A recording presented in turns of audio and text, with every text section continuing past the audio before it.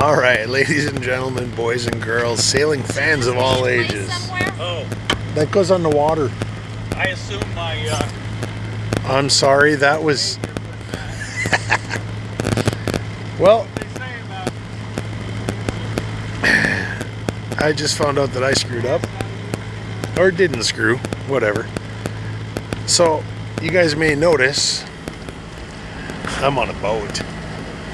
So, I've been talking about getting out on the water. Unfortunately, not my boat, but I'm hanging around with my friend Rick Nutt, who on his amazing island packet. What year is this? 88. It's a 1988 Island Packet 38 called Island Hopper. So, Rick, say hi to my family, basically. So we're just out here. We got to take his boat over to the boatyard so he can get some work done on it. He's got to have her pulled out, and he's going to redo the through, check the through hulls, check the. Sails, no instruments. Yeah, we had no sails, no instruments. We're just living large, cruising along at 6 knots, under power. We got a good current with us, so we're not using a lot of fuel. That's always nice, right? Yeah, it's sipping fuel right Anyway, this is a beautiful boat. If any of you guys ever get a chance to cruise on an island packet, go for it. It is awesome. This flat water. yeah, we're in flat. Yeah, but in big water, this thing handles pretty good, though. I bet. Yeah, no, it's great. It's a heavy boat. Good open water. It's a good open water, blue water boat.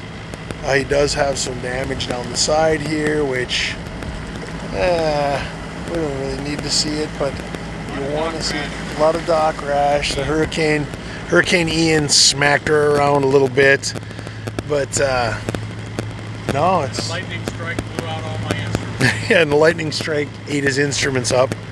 So electricity, not always your friend. It didn't cook your batteries though, right? Did not.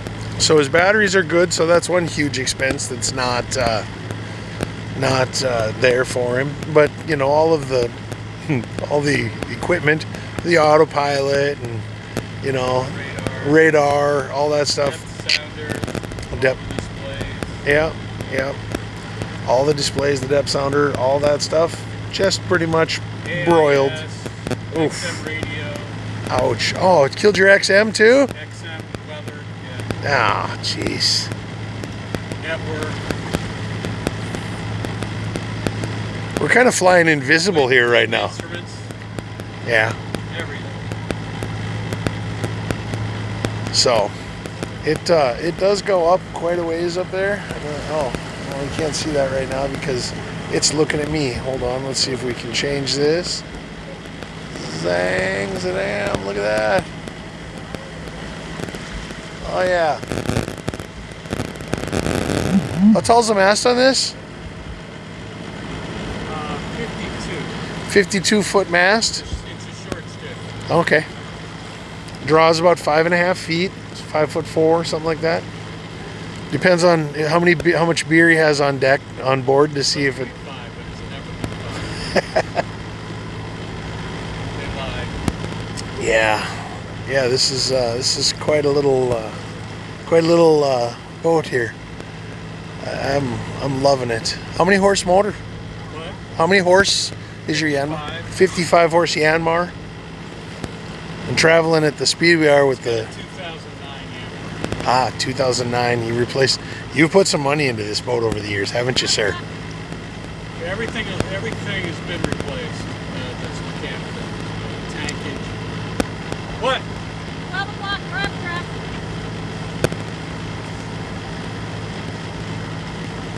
Good. Oh, crab traps. Yeah, that's something that's fun to dodge, right? More fun to get wrapped up in your propeller. That's all we got today. Yeah. You'd be going swimming. I'd have to jump in with a snorkel mask on if that got wrapped up in there. Duty of the crew. Duty of the crew. I was supposed to put the cover on the water tank too, but I didn't do that. Good thing you're not getting paid. Right. Hey, you paid me in beer. Before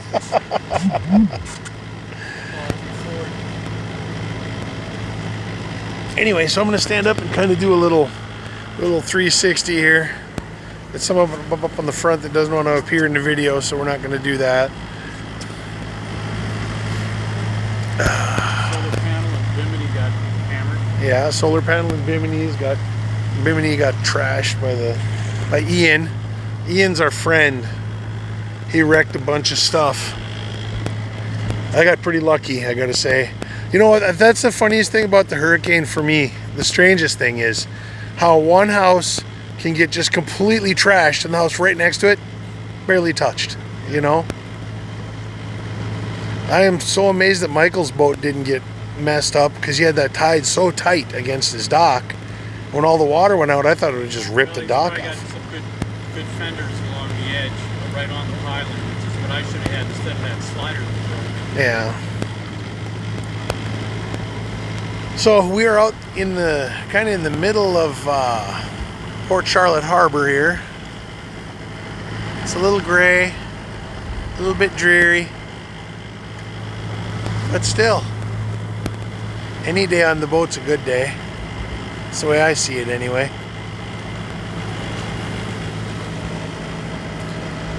There's not much wind, so that's nice that it's not blowing my gimbal all over the place. I haven't played with it yet without it being recording, so I can fix it so we don't have any more of those. That thing stabilizes the stabilizer too? Yeah. The new iPhones have stabilization built in. Yeah, I've heard that. Yeah. Serious stabilization. Yep. Yeah, this thing here, it's nice. And like I said, it was 40 bucks. The microphone I think cost 15. That just plugs right into my charge slot and makes it so that all the sound is real good. Wind cover on there. Yep, I have a dead cat for it too, but I lost it. It's somewhere in the boat. You know, so that if it's in real strong wind, this one here doesn't keep the wind out as well as that. Bigger, fatter Yeah, like a furry one. Let's call it a dead cat. It looks like a dead cat. I think that's why they call it that. But yeah, no, this is really nice. I could definitely get used to moving around on a boat rather than just being tied up at a dock. It's coming though. It's coming. Got crab traps all over the place. That's nice. I suppose we could just grab one with the hook and see if there's any lunch in there, huh? Yeah, sure. I don't see any crabbers in it. I don't think that would be very couth. Probably not. They wouldn't appreciate our sentiments there. And besides, and they buy a lot of chicken to throw in those crab traps, I've heard. So we're just motoring over to the boatyard so we can pull out and do some work on the bottom. It's tough stuff that's tough up in the channel because you don't really want to get in that water, especially since we've seen some gators in there.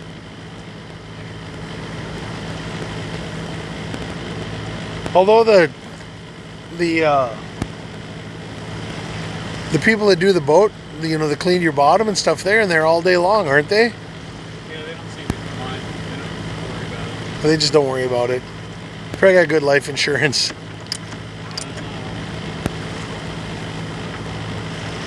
Creeps me out because the water's so brackish. Yeah, it's so brown and nasty, and It's supposed to just be the mangroves, yeah, but you probably have a foot and a half in the boat because it is right, right. It's dark and creepy. Well, I'm gonna have to crawl underneath mine and clean off that propeller so that we can go out sailing. Yeah. Yep. Go forward a little, because you're running the line of crab traps. Go forward a little. Yeah, well, we're gonna miss it.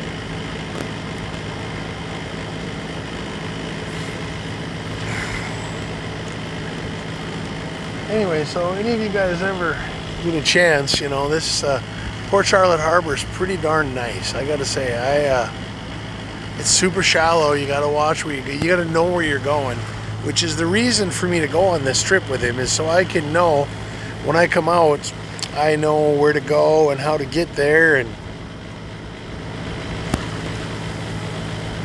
I don't have to, you know, worry a whole bunch. Dead heading right now. We're going pretty straight. So I thought you guys might appreciate this, just that I'm out moving around and out on the water a little bit. We're coming forward here just a touch. He's just got the wheel locked down. Doesn't have it. Nobody's driving. Who's driving this boat? Nobody. Nobody. Boat's dry. It knows where it's going. Damn it. Kind of. It's been there before. We threw a little rum in the gas tank so the boat would know where to go. We're fine. Anyway, I guess that's about it. I just wanted to kind of touch base, give you guys a little taste of sailboat life a little bit. And Captain Jack, out. You guys have fun.